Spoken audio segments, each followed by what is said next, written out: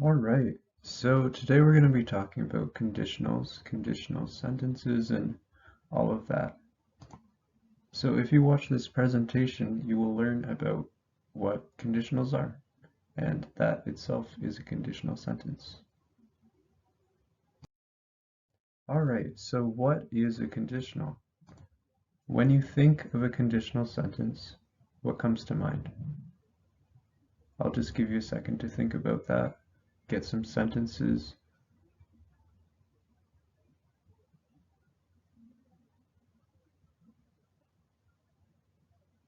All right, so I'm sure you have great sentences. I'm just going to show you a couple of some that I thought of. Maybe you thought of similar ones.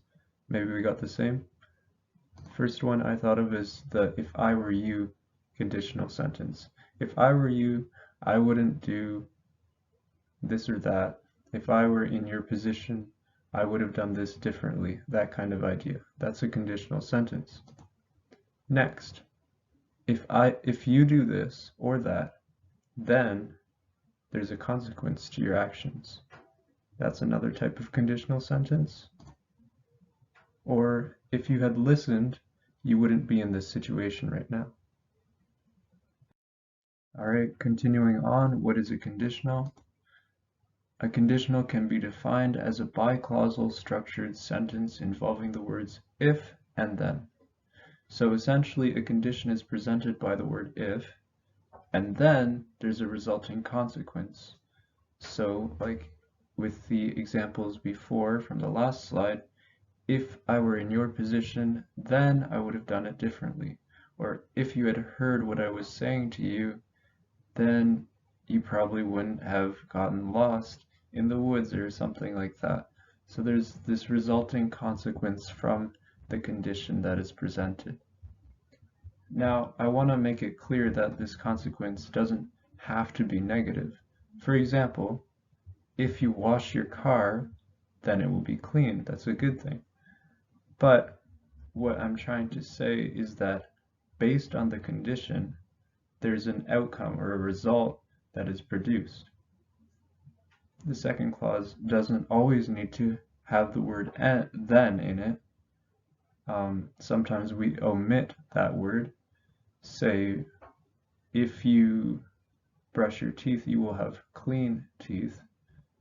You don't have to say then you will have clean teeth, but it's just not always required. Okay, let's get technical. So there's some terms we should know. There's the antecedent or protasis, which is the if part of the clause. We also have the consequent or the epidosis, which is the then part. Now the most basic ordering is if P, then Q. And according to Greenberg and Comrie, this ordering is present in pretty much all languages, which is very interesting. Now we also have the possibility that the ordering could be Q if P.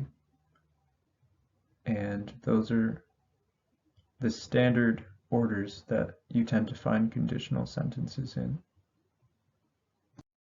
Let's talk about the types of conditionals that there are.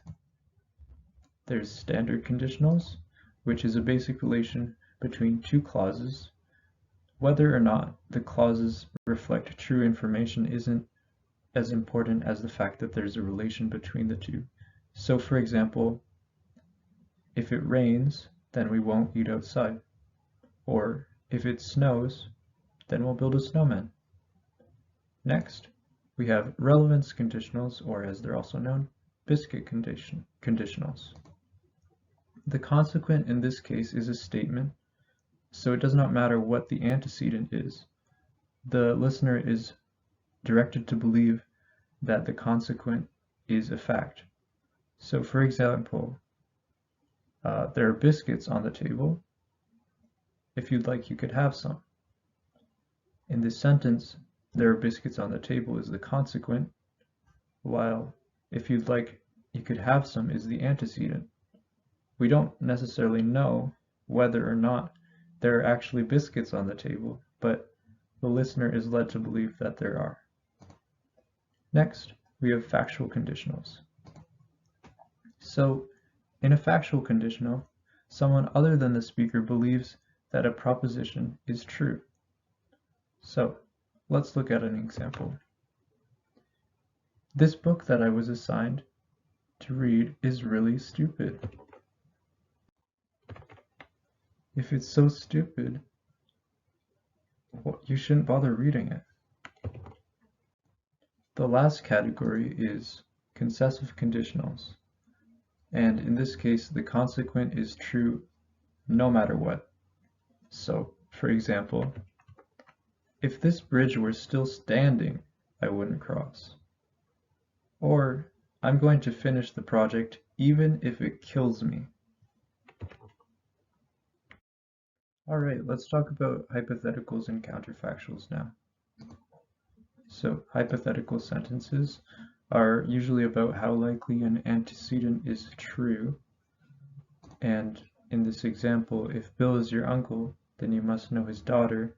We're assuming that because you have Bill as your uncle, you know Bill, then you probably also know his daughter Margaret.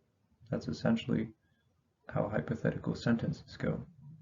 Now, kind of more the opposite are counterfactuals, which instead of assuming the antecedent to be true, we're assuming it to be false. What does that mean? In this example, we see, if I were you, I would apply for a different job. The antecedent, if I were you, we're assuming that their choice of career is not the best one for them. And if we were in their position, we would do something different. That's a counterfactual. Okay, conditional meaning and the word if. Kratzer proposed that if clauses are devices for restricting the domains of various operators. Whenever there is no explicit operator, we have to posit one.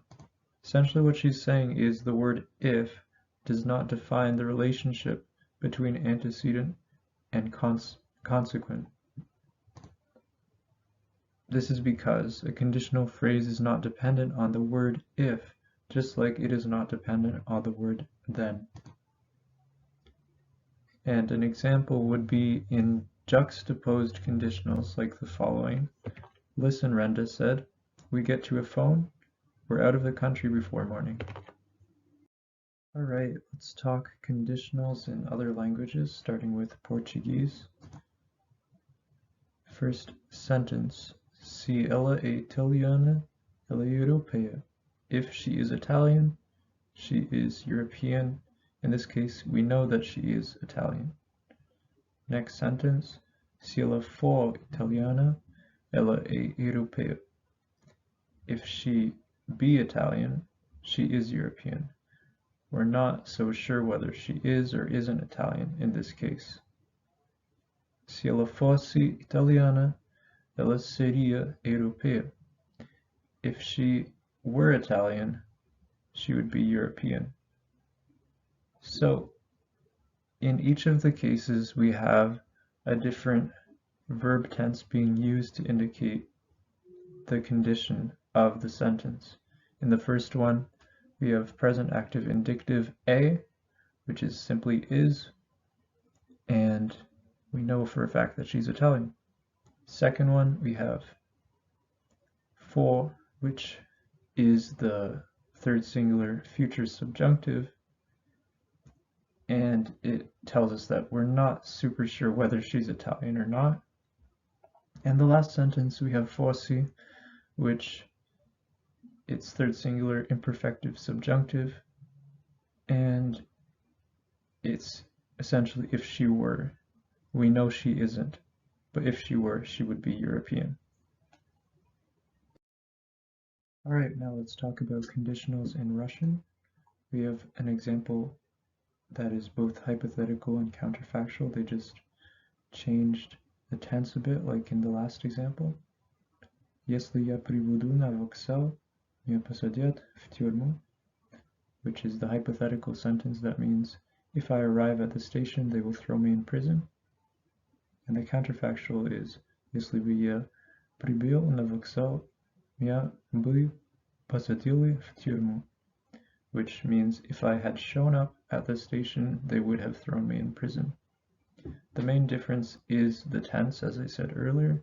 In hypothetical sentences, in Russian we see that the tense used is indicative, and in counterfactual sentences they use the conditional, the subjunctive conditional to be more specific.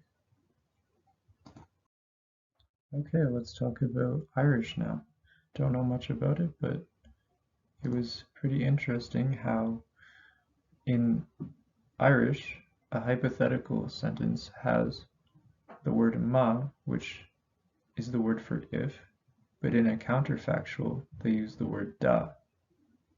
So ma leanan tu de do cursa beit atreacas port. If you persist in your present course, you'll be sorry.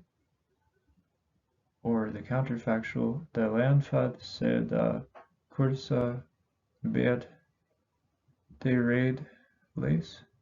If he had persisted in his course, he'd have been finished.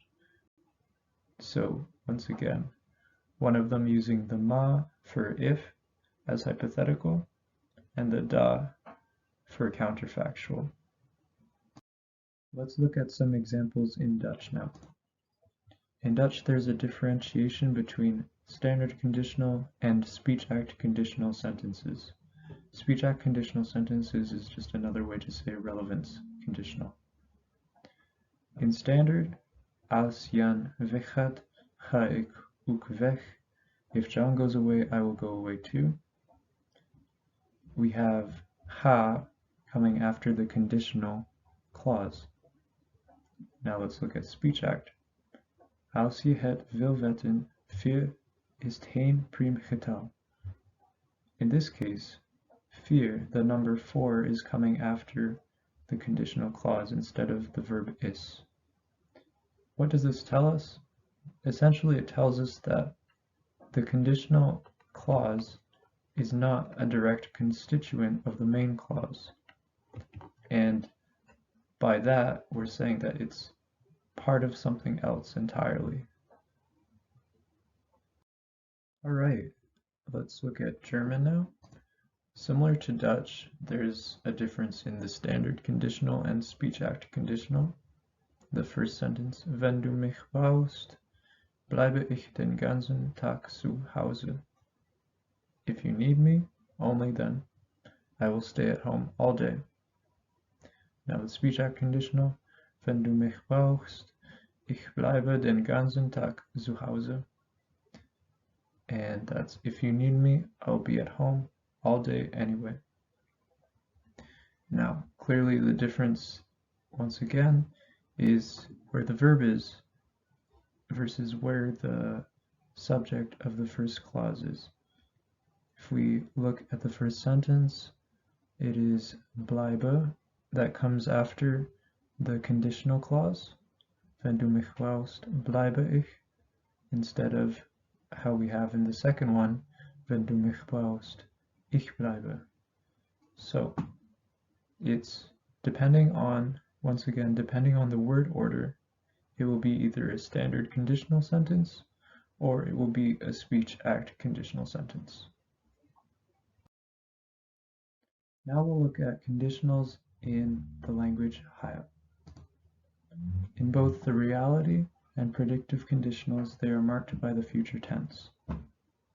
Reality, ka John alaba ya kiriza, Jack ya yanga. If John agreed, Jack disagreed earlier today.